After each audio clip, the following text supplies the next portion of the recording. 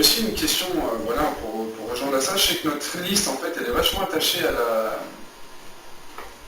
à la proximité de notre politique vis-à-vis de nos citoyens. Donc en fait, qu'est-ce que tu proposerais pour que l'on soit plus proche des citoyens? Je sais que tu veux faire des assemblées de quartier.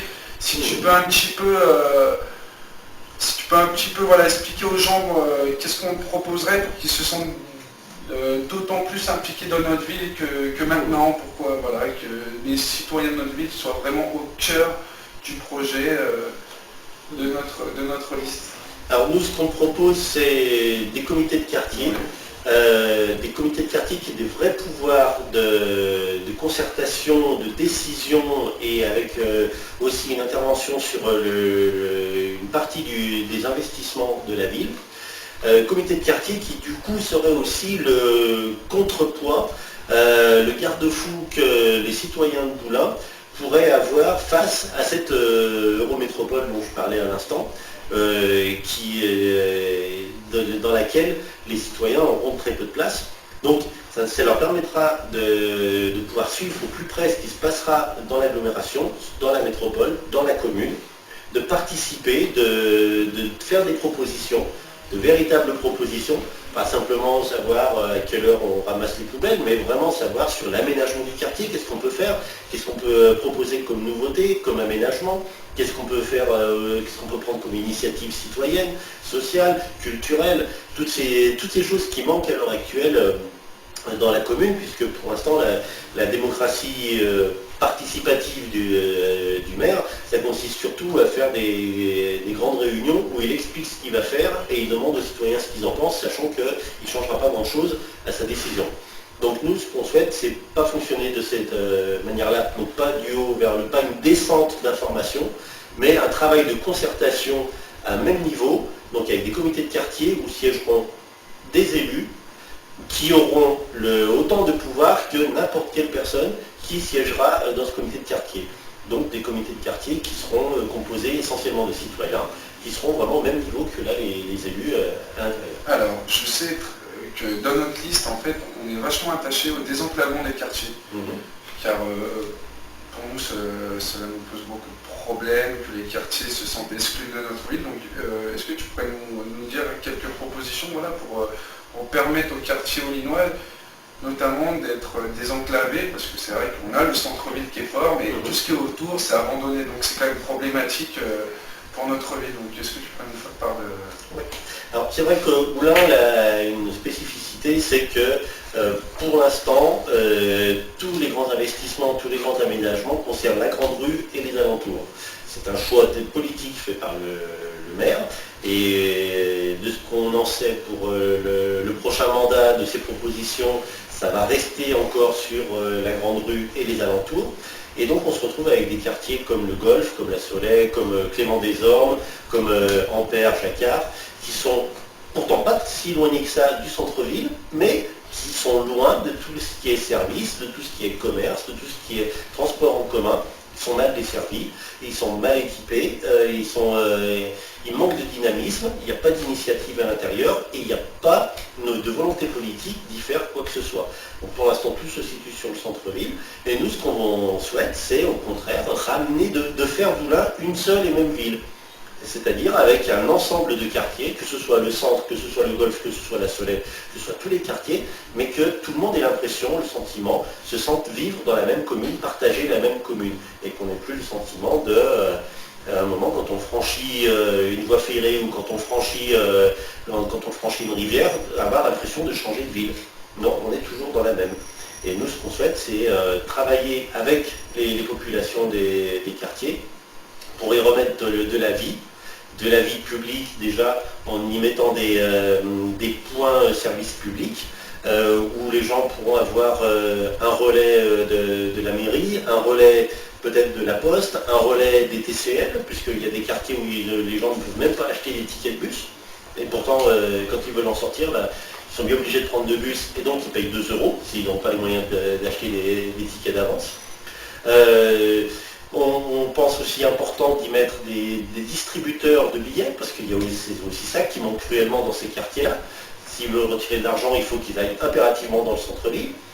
On veut y remettre aussi de l'activité économique en installant peut-être dans un ou deux quartiers une maison des associations ou une pépinière d'entreprise, mais qui soit accessible aux habitants de la ville. Pour que les personnes, les habitants de la ville, les Oulinois qui ont envie de créer, d'entreprendre une activité économique, un artisan, un commerçant, une association, qui puissent avoir les moyens de le faire dans de bonnes conditions et de pouvoir relancer. C'est aussi l'idée de raccourcir les distances entre logement et emploi, puisqu'il n'y a que 20% des Oulinois qui travaillent à Oulin à l'heure actuelle. Donc on ne veut pas aller jusqu'à 100%, mais qu'au moins il y ait plus d'Oulinois, notamment parmi les demandeurs d'emploi, qui puissent avoir accès à un emploi sur la ville. Alors je vais continuer, on va encore faire 2-3 points qui nous tiennent à cœur. Donc on va parler aussi des oubliés. Parce que c'est vrai que dans notre ville, on oublie la jeunesse notamment. C'est une de nos priorités, la jeunesse, parce que c'est vrai que la jeunesse, là elle a tendance à un peu être oubliée par l'actuelle mairie. Et tu peux nous dire un peu ce qu'on propose voilà, pour les jeunes qui se sont oubliés, pour les jeunes qui seraient motivés à aller voter, parce que c'est très important notamment d'aller voter pour nous. Donc qu'est-ce qu'on leur propose pour qu'ils viennent voter pour nous?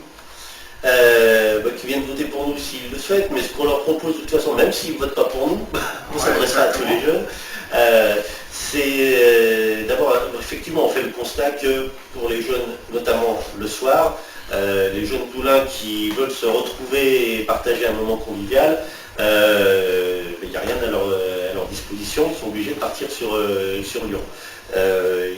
La Grande Rue propose très peu aussi de lieux de rencontre, de lieux où ils puissent se retrouver. Et quand dans les quartiers dont on vient de parler, c'est encore pire, à part squatter le hall d'immeuble, il n'y a vraiment pas de possibilité.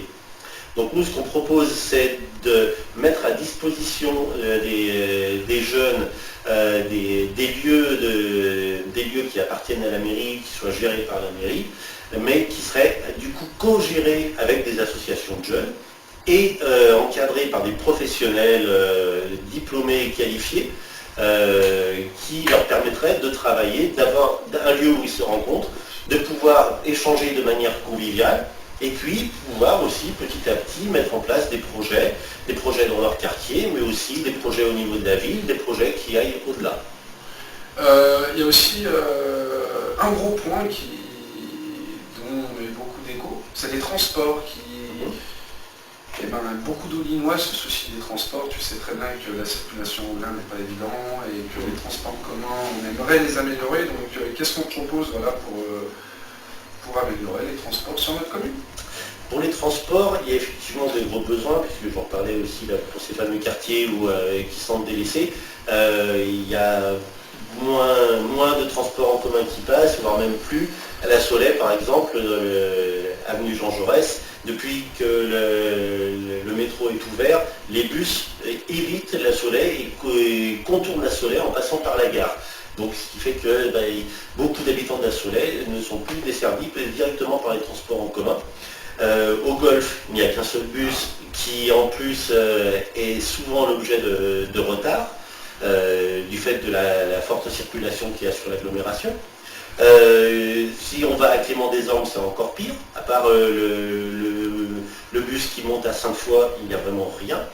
Donc il y a un vrai besoin, et puis sans compter évidemment la Grande Rue, qui bien qu'elle ait été refaite, n'est pas plus adaptée pour le transport en commun. Donc il y a un besoin de créer, d'abord de refaire passer les transports en commun dans tous les quartiers, que ce soit les actuelles lignes qui existent, ou bien une navette interquartier qui du coup ferait le tour de la ville, mais de toute la ville, et de manière à pouvoir faire du lien entre les quartiers et les zones très desservies par les transports en commun. Une navette qui partirait par exemple du Golfe, qui ferait le tour au Golfe, qui monterait, parce que ça c'est quand même la grosse difficulté, donc qui monterait jusqu'au Golfe, jusqu'à Montlouis, qui pourrait passer par l'Oasis, qui pourrait passer aussi par Ampère, qui pourrait passer par la Soleil, qui pourrait passer par Clément-des-Ormes, qui ferait vraiment un grand tour de la commune, ce qui permettrait une sorte un peu comme une rocade, de la ville qui serait desservie par cette navette. Donc ça, ce serait un point qui permettrait à tous les Yvelinois d'avoir un accès plus facile au transport en commun. On pense aussi qu'il faudrait créer un comité d'usagers qui réfléchisse à un nouveau plan des transports et des déplacements sur la ville. Est-ce que ça pourrait être de mettre la grande rue en sens unique? Est-ce que ça pourrait être de mettre en place des couloirs propres pour les bus? Voilà, il y a plein de choses qui peuvent être évoquées.